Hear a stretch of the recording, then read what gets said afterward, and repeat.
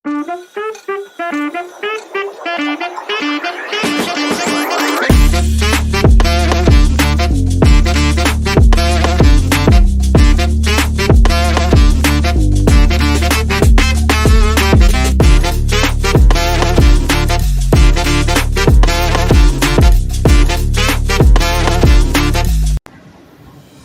di sini saya akan menjelaskan tentang aspek konten. Konten merupakan materi yang berupa pengetahuan, pemahaman, keterampilan yang disampaikan atau diajarkan kepada siswa. Ketika merancang diferensiasi konten, guru perlu mempertimbangkan hal-hal sebagai berikut. Yang pertama, kesiapan belajar. Nah, kesiapan belajar peserta didik ini dapat dilihat dari kemampuan awal. Misalnya, pemahaman peserta didik sudah ada pada tingkat apa. Nah, yang kedua, minat belajar peserta didik. Guru perlu memiliki informasi terkait minat belajar peserta didik yang berada di kelasnya. Misalnya, peserta didik memiliki minat dalam teks narasi. Jadi, guru menyediakan atau menyiapkan materi atau topik sesuai dengan minat belajar siswa dan menyesuaikan dengan teks narasi. Yang ketiga itu ada profil belajar atau gaya belajar siswa. Menyediakan materi sesuai dengan gaya belajar siswa atau peserta didik dapat meningkatkan penyerapan informasi yang lebih maksimal. Misalkan dalam visual, audiovisual, auditori. Nah, kalau visual ini misalnya dalam poster, diagram, grafik, dan gambar. Nah, sekian yang dapat saya sampaikan. Saya ucapkan terima kasih.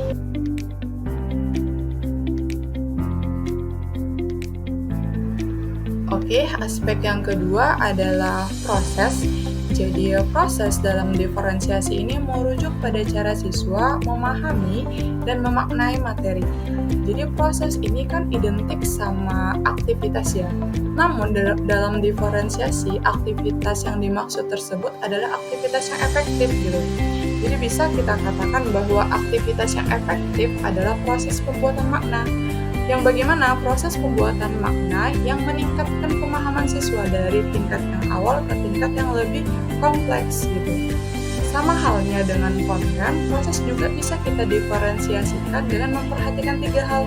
Yang pertama ada kesiapan siswa, lalu ada minat siswa, dan yang ketiga adalah profil siswa. Nah, kita lihat satu-satu. Yang pertama dari kesiapan siswa. Maksudnya di sini kita menyesuaikan tingkat kompleksitas tugas siswanya ini dengan tingkat pemahaman mereka gitu. Jadi strategi yang dapat dilakukan guru bisa dengan melakukan kegiatan berjenjang gitu. Jadi semua siswa bekerja membangun pengetahuan dan keterampilan yang sama, namun dilakukan dengan dukungan yang berbeda, dengan tantangan kompleksitas yang berbeda gitu. Kenapa? Karena di awal tadi kita mengetahui bahwa tingkat kognitif siswanya ini berbeda-beda kan, karena kita melihat dari kesiapan siswa. Maka siswa yang misal kita kategorikan adalah belum mahir, maka setiap siswa yang belum mahir ini berhak mendapatkan dukungan ataupun scaffolding yang lebih dari gurunya gitu, agar membantu siswa untuk meningkatkan pemahamannya. Begitu juga dengan tantangannya, kita sesuaikan dengan level kognitif siswanya. Lalu selanjutnya adalah minat siswa. Jadi minat siswa di sini maksudnya kita memberikan pilihan kepada siswa sesuai dengan minat mereka. Jadi strategi yang dapat diterapkan oleh guru, misal dalam proses pembelajaran itu ada beberapa siswa tertarik dengan olahraga gitu. Jadi di awal guru bisa memberikan pertanyaan tantangan kepada siswa yang berkaitan dengan olahraga. Misal pembelajaran matematika namun kita kaitkan sama olahraga gitu. Nah, karena si siswa ini tertarik dengan minat, maka akan memberi sesuai dengan minat mereka tadi yang olahraga, maka akan memberikan dorongan ini kepada siswanya untuk mengeksplor materi yang kita sampaikan gitu. Nah, lalu kita lihat dari profil siswa. Nah, dari profil siswa ini memungkinkan siswa untuk memahami dengan gaya belajar, seperti misal kinestetik, verbal, ataupun visual. Nah, strategi yang dapat kita lakukan sebagai guru bisa mengembangkan kegiatan bervariasi gitu, mengakomodasi gaya belajar, misal visual, auditori, sama kinestetik. Jadi misal dalam kelas itu kita mengetahui nih siswa kita ada yang auditori, ada yang visual, ada yang kinestetik, maka ketika proses pembelajaran, guru dapat menyampaikan materi secara visual, kemudian dilanjutkan dengan auditori ataupun dengan kinestetik. Nah, ini yang dikatakan mengakomodasikan gaya belajar gitu, mengembangkan kegiatan yang bervariasi gitu.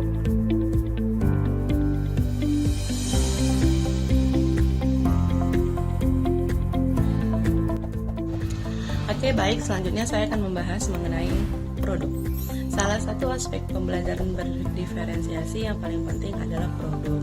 Produk merupakan hasil akhir pembelajaran yang diperoleh saat peserta didik menyelesaikan tugas atau proyek.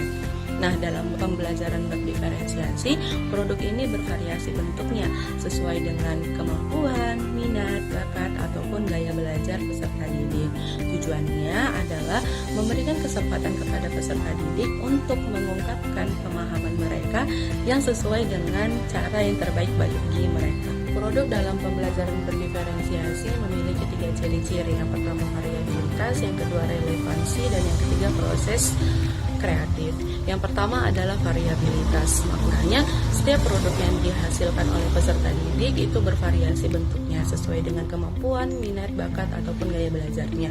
Misalnya, peserta didik memiliki gaya belajar audio, maka produk yang dihasilkan itu adalah berhubungan dengan audio, misalnya video atau podcast dan lainnya.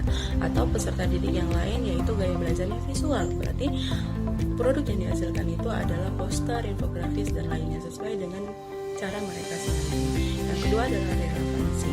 Maksudnya itu adalah produk yang dihasilkan itu sesuai dengan minatnya dan sesuai dengan materinya untuk mencapai tujuan pembelajaran. Ini adalah proses kreatif. Pembelajaran berdiferensiasi dengan aspek produk mendorong peserta didik untuk melibatkan proses kreatif.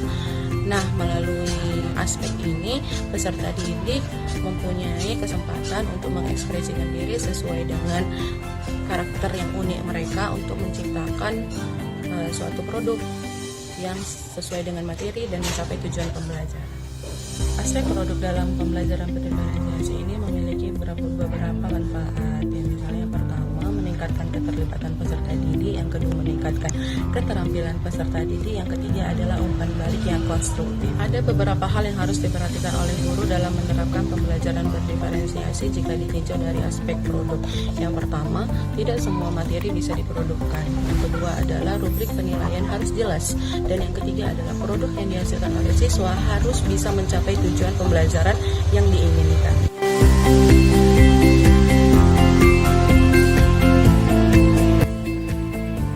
Di sini saya akan menjelaskan mengenai aspek dari pembelajaran berdiferensiasi, yaitu mengenai lingkungan belajar. Nah, lingkungan belajar itu sendiri adalah suatu kondisi, pengaruh, serta rangsangan yang berasal dari luar yang memberi pengaruh pada siswa, di mana hal-hal tersebut juga meliputi beberapa hal, seperti pengaruh fisik, sosial, dan intelektual. Nah, lingkungan belajar yang fleksibel merupakan salah satu ciri khas dari pembelajaran berdiferensiasi. Lingkungan belajar dapat mengoptimalkan kondisi kelas secara fisik maupun psikologis. Di sini guru juga bisa mengajak siswa untuk berdiskusi dan membuat keputusan terkait bagaimana memanfaatkan ruangan dan sumber daya yang dimiliki untuk belajar, agar mereka juga terbangun rasa kepemilikannya di dalam kelas, serta membantu mereka untuk dapat melihat hal-hal lain yang perlu dilakukan dengan cara yang bisa jadi lebih kreatif. Kemudian lingkungan belajar juga meliputi tata letak pengaturan ruang kelas untuk kegiatan belajar.